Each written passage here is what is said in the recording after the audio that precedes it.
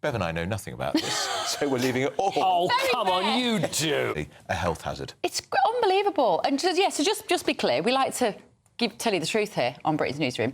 There are not going to be soldiers picking up litter in the streets of Birmingham. She's brought in a couple of people who work for the army, who are good, as Andrew says, at organising this sort of thing. Let's talk to Councillor Miriam Jenkins. What I find really fascinating about these pictures, if that was my street, we'd all be just going to the tip. Where is the sense of civil pride in those areas? And it's not only that the bins are still there, people are also chucking out sofas and broken microwaves and things onto the street. But Angela Rayner wants you to think the army are now on the streets clearing up the rubbish. They are not. No, they are not. It's just more Labour spin.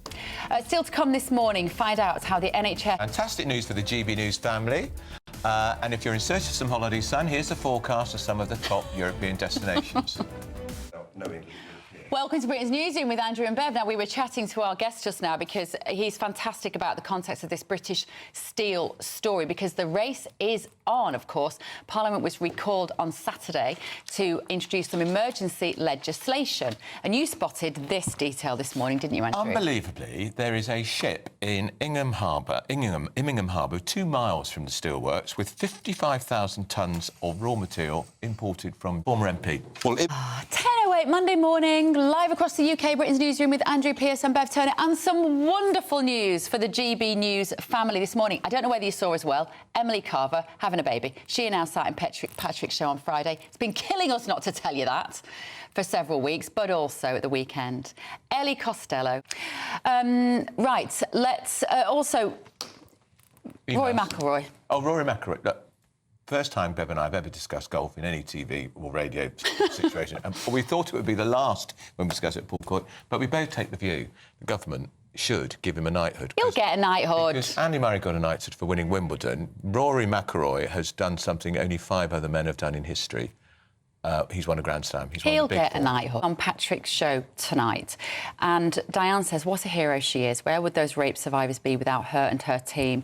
She's launched a campaign called #TheyKnew, which is genius marketing, in my opinion. It's a bit like #MeToo, isn't it? And what disarray the government are in over the grooming gangs is are they having local inquiries or aren't they having local inquiries? And Maggie Oliver is making the claim that I find staggering, that grooming is still going on. Yeah, and she's quite rightly saying we need accountability for those people who knew that these children were being abused and they weren't protecting them. Those are the people that Maggie wants to expose. Quite right to. Good luck, Maggie Oliver. She will be on Patrick's show at 9 o'clock tonight.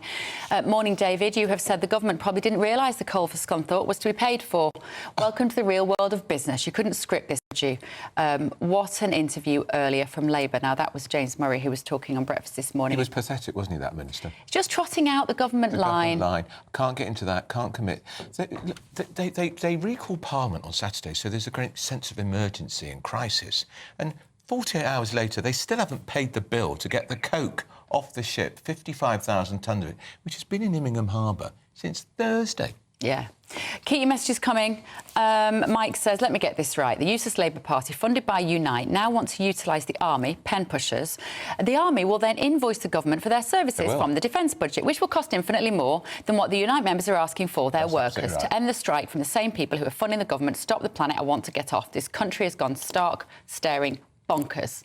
Mike, we will try and make you feel less alone in your insanity here. Now, the government's promised an inquiry after the Manchester Arena terrorist Hashim Abedi viciously attacked 3 prison officers at Frank End. So Mark White is here now to tell us. Downing Street have said on-site and government officials are on-site and talking to local management about a plan for the coke and coal to be delivered. Just get it off the ship.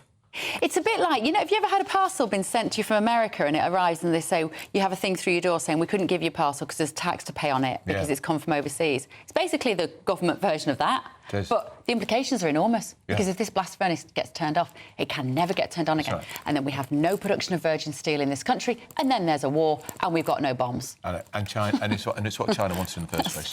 In a nutshell. And David Davis is going to be on later with me to talk about that angle as well. Time for our Great British giveaway. It's our biggest prize to date, and it's your chance to enjoy as many getaways as you like in your very own motorhome worth over £67,000. Oh, and we're also going to give you £5,000 in cash, and then you can pack up your motorhome with everything you need and more for a wonderful holiday. Here are all the details. I've never been to a ski resort before. Marvellous. Well, you're not really posh enough, are you? It's a posh thing, isn't it, skiing? It is. And but you were there with Carol Thatcher. I was there with Carol Thatcher and her lovely partner Marco, who is the greatest skiing instructor, but he didn't manage to get me on the slopes. But I did have a few drinks on the slopes. You don't say. Right, we're joined up. So let us know what you did this weekend as well. The weather was lovely here, wasn't it? Now, we're joined by former Labour advisor Matthew Torbitz and Conservative peer, former Union Unite's General Secretary Sharon Graham has said... The executive of JP Morgan has banned the use of a very common item in all Hello. meetings. The mobile phone. Yeah, I'm busy. I'm on the telly. Beverly Turner. I've got to go. All right, oh, sorry, where were we?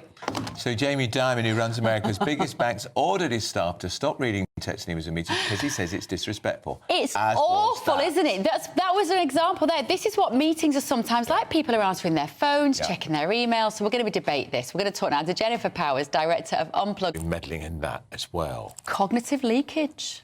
God, blimey. There's a phrase I didn't know. I mean, it's not the place for the government to tell people how to conduct their meetings, whether you use a mobile phone. It's up to the employer. Yeah. And common courtesy. Yeah, but they can't do those important things like keep blast furnaces open, Andrew, for goodness sake. They can't get 55,000 tonnes of coke off of a ship in Ingham Harbour to save up, but they're going to tell you about whether you can use your phone in the office. Right, up next, MPs have claimed that there was no two-tier policing, nothing short of political. And space. And Axel Rudikbana, the picture of him looking like some angelic little child, and we now know that he was an absolute monster. Swivel-eyed monster, that's what he was. Don't go anywhere. Here's your weather. Into David. We could get straight into David. Let's get straight into David. David Davis is here with us. Bit of breaking news this morning. The Army have been sent to Birmingham. Adam Cherry has the latest. Give you one of the messages that's come in on the inbox from Paul. He said, how will the all-female space flight return to Earth because women can't reverse? Lol. Very funny. Amazing woman gives us their opinion on MPs saying that there was no two-tier policing of the Southport riots. But first, if you're in search of some elusive holiday sun, here's a forecast of some of those top European destinations.